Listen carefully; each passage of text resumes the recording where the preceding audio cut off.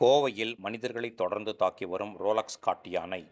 மடக்கி பிடிக்க வந்த முத்து, நரசிம்மன், கபில்தேவ் ஆகிய கும்கி யானைகள் முகாமுக்கு சென்று நேரில் பார்வையிட்டு உணவுகள் வழங்கி மகிழ்ந்த முன்னாள் அமைச்சர் எஸ்.பி. வேலுமணி. கோவை தொண்டாமுத்தூர் மற்றும் மேற்கு மலைத்தொடர்ச்சி மலை அடிவாரத்தில் கடந்த சில மாதங்களாக ஊருக்குள் வரும் ரோலக்ஸ் என்ற காட்டு யானை இதுவரை 8க்கும் மேற்பட்டவர்களை தாக்கியுள்ளது. இதில் பலரும் உயிரிழந்துள்ளனர்.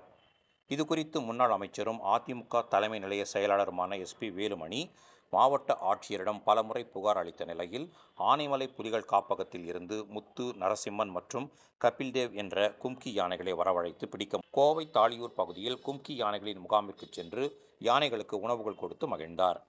மேலும் பணியில் இருந்த வன அலுவலர்களிடம் ரோலக்ஸ் யானையை பிடிக்க நடந்து வரும் பணிகள் குறித்து கேட்டறிந்து விரைந்து நடவடிக்கை எடுத்து மக்களின் உயிர்களை காப்பாற்ற நடவடிக்கை எடுக்க வலியுறுத்தினார். இதில் கழகத்தின் முக்கிய நிர்வாகிகள் பலரும் உடனிருந்தனர்.